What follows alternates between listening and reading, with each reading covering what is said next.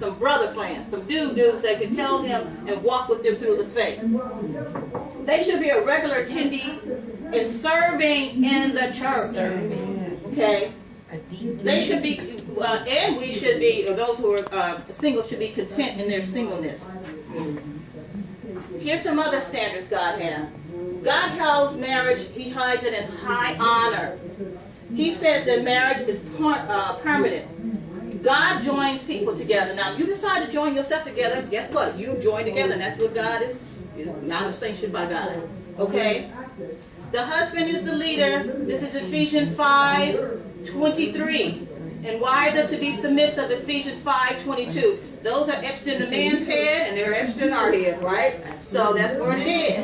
It is what it is. There has to be some kind of leader or parallel. It's something that we don't like because we feel like a lot of times it's been abused. And we don't like to feel like we have been abused. So the husband is to serve the leadership, and Mitchell probably will speak on that later on.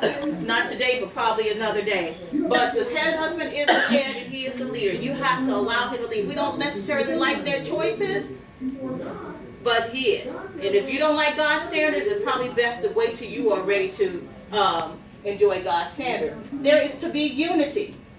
In Mark 10, and also in Mark 10, we are designed differently. We're different by design.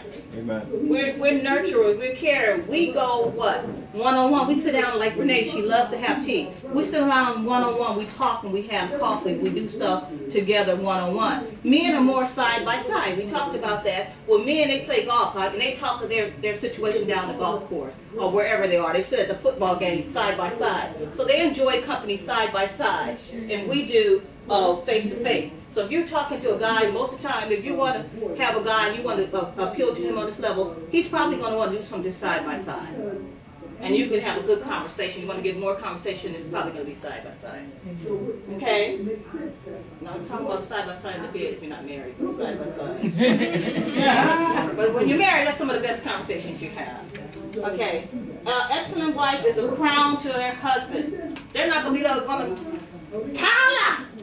I said, come on and take Johnny with me. They don't really get embarrassed of the woman. I can't stand some of those Tyler Perry movies because they always make the women, and even especially the black women, and a lot of the black guys like to make fun of black women. Those are guys that don't respect. Even the ones in the industry, when they treat us like, we're all this skanky women. And even if a woman is that way, I don't think we should be disrespected. I think a man has the power as head and leader to come in and bring that woman to where she needs to be if they need that. That's my personal opinion. That's not in the Bible. A woman has to fear God. Respect and the reverence for God. They are not obsessed with their looks. Like I said, looks are important. The Bible says what? Beauty is what? In the eye of the beholder. No, fleeting. You get older. Okay. And you get wrinkled. And I said last week, we had a picture last week of what? That old couple together. You got to think in terms of when you get married the first time, am I going to want to look at this guy 92 years old going like this? Right. I don't have time to show you the video, but you're going to love that person, put that person's teeth in their mouth. That's what you have to think about. They get sick. You don't be doing this all your life, right? You don't do that. You don't. Marriage, you start getting older and older and older, and you don't. And it's like my husband said a couple of weeks ago. It's like a marathon. You start that race and you keep on running till you get to the finish line, which is when you're dead. You got to think about this stuff. We say we're ready and we want to get married, we want to do this kind of thing. We got to think about that. And the Bible has so many different things going on. Your emotions should be under control. Abstain sexual immorality. There's so many scriptures to that. The young people, you have to be able to set an example in your speech, in your conduct, in your love, and in your purity. The Bible says the lust of the flesh, the lust of the eyes, and the pride of life. So the Bible says flee youthful lust. Youthful lust. You think about your flesh, you think about what you see, and your pride. That lets you know that you're immature and you're not ready for a date. But if you're a young person, you have to set an example. How you speak, what's coming out of your mouth. how you conduct yourself in public. How are you responding in love?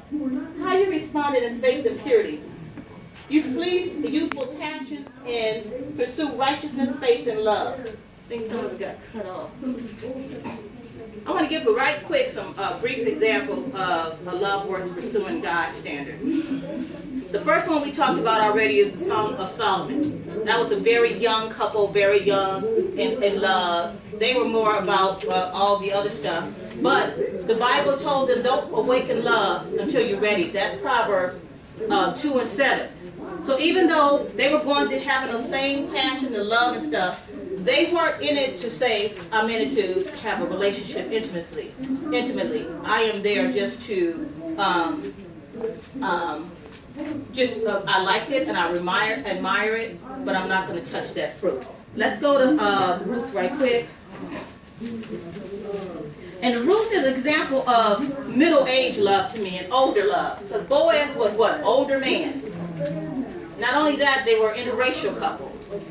And what's her name?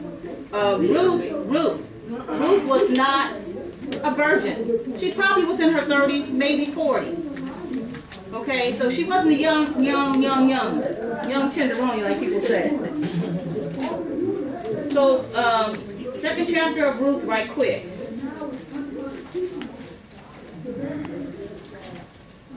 And Ruth happened during the time of the judges. Okay? And Ruth was a Moabitess. What does that mean? Ruth was a Moabite. What is that? A Moabite. That was a racial group. Yeah. How did they come to be? Yeah, incestuous relationship. Genesis 19.